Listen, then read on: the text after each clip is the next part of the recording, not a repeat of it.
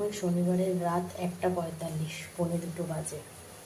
আমি পুরো ঘেমে নিয়ে স্নান, দেখতে পাচ্ছ কীভাবে ঘামছি, পুরো জল একদম সারা মুখ ঢুকে যেন পুরো ঘাম পুরো চিকচিক করছে। রান্না করছি, দিদির বাড়িতে নিয়ে যাবো, তাহলে দিদি শুধু একটু ভাত করলেই হয়ে যাবে।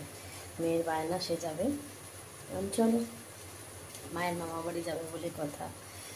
প্রচণ্ড গরম, ও শুয়ে পড়েছে, জেগে আছে, এখনো ঘুমায়নি। তখন আমি না যাবো, ঘুমাবে না।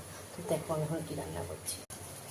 নিয়ে যাবো মাছ, জ্যান্ত রুই মাছ। এই যে আলু দিয়ে ঝোল করছি, দেখছো মশলাটা কষিয়ে এসছে আলুর সাথে খুব সুন্দর করে।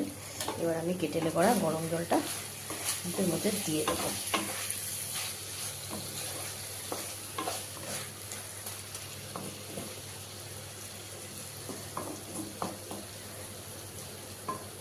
আর নিয়ে যাব হচ্ছে গিয়ে তেল কই। সেই দেওর যারা যখন এসেছিল সেই সময় তো অনেকগুলো কই মাছ নেওয়া হয়েছিল। কর্তামশাইকে অনেকবার বললাম যে কটা মাছ ভেজে দিই, নিয়ে যাও। 4টা মাছ, না নেবো না করে নিলই না। এবার খেতে পারি বলো, কি খারাপ লাগে জানো না।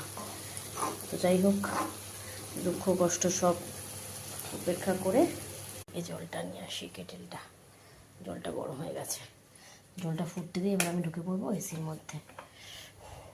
এই যে কেটেলে জল, কেটেলে জল দিলে রান্নায় খুব সুন্দর একটা স্বাদ আসে। দেখো, তো দেখো গরম জল কিন্তু আমি দিয়ে দিয়েছি। টপক টপক করে এখন ফুটতে থাকুক, ততক্ষণ আমি একটু ঘরে গিয়ে বসি। একদম পাতলা, ভাবছিলাম ঝিঙে দিয়ে করবো, তারপরে মামাকে ফ্রিজে খুঁজে ঝিঙে পাচ্ছি না। ঝিঙে কিরে, ঝিঙে ছিল, ঝিঙে কোথায় গেল? ভিডিওটা যে কতবার পজড হয়ে গেল বুঝলামই না, কথাই বলে যাচ্ছে, লাস্টে দেখলাম পজড হয়ে গেছে। তো চলো, দেখো জলটা খুব সুন্দর ফুটছে, দেখি আর জল লাগবে কিনা।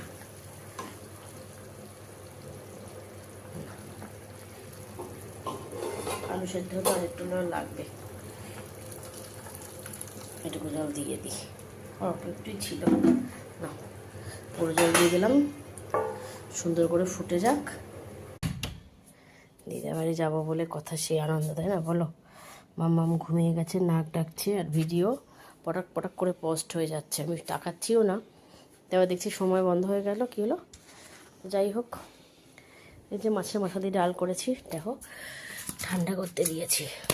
মাছের মাথা দিয়ে ডাল করেছি, ডালটা নিচে যেমন ওপরটা জল জল আছে। এটা দিদার কালকে মানে আমরাও খাবো, যদি খাই তো খেলাম, আর না হলে দিদা